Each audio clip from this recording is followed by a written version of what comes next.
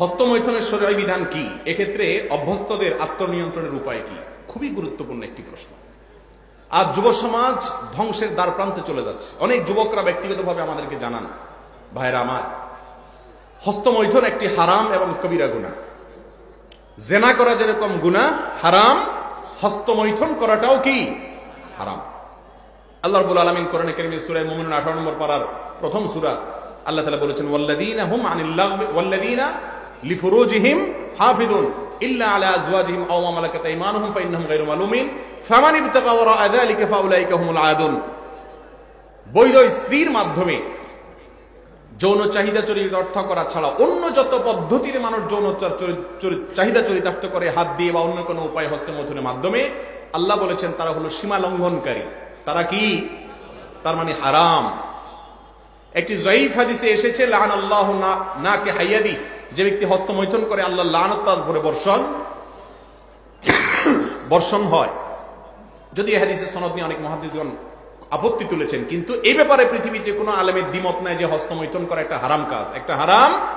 এটা দুনিয়ার জন্য যেমন ধ্বংস, আখিরাতের জন্য ধ্বংস অনিবার্য।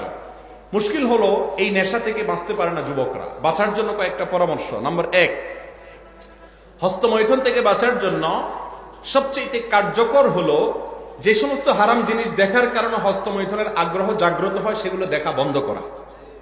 সেগুলো দেখা বন্ধ করা। এগুলো আপনার আখিরাতকে ধ্বংস করবে, আপনার দুনিয়াকে ধ্বংস করবে।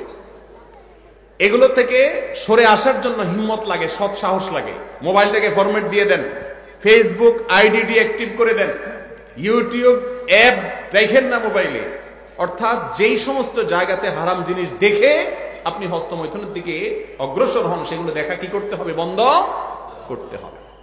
নাম্বার 2, হস্তমৈথুন সাধারণত নির্জনতা ছাড়া হয়। যথাসম্ভব নির্জনতা অ্যাভয়েড করতে হবে। যথাসম্ভব নির্জনতা কি করতে হবে? যাতে একাকী রুমে না থাকেন, কোন একজন বন্ধু যেন থাকে, কোন একজন মানুষ যেন থাকে। একা একা যথাসম্ভব থাকবেন না। রুমে থাকলে দরজা কখনো আটকাবেন না। এক কথা, নির্জনতাকে এড়াইয়া চলবেন। এগুলো নিজেকে সংশোধন করার জন্য সংগ্রাম। নাম্বার 3, আল্লাহর কাছে একটু মনে মনে দোয়া করবেন নামাজের পরে, আল্লাহ আমার ক্ষমতা না নিজেকে নিয়ন্ত্রণ করা। আল্লাহুম্মা আতি নাফসি তাকওয়াহা ওয়া যাক্কিহা ওয়া আনতা খায়রু মান যাক্কাহা। আল্লাহ আমার মনটাকে কন্ট্রোল করা, শয়তানের প্ররোচনা থেকে আমাকে বেঁচে থাকার মতো শক্তি আপনি দেন, আপনি আমাকে বাঁচায় দেন। আল্লাহর কাছে কি করবেন? দোয়া করবেন। এগুলোর মাধ্যমে ইনশাআল্লাহ আল্লাহ তাআলা আমাদেরকে হেফাজত করবেন।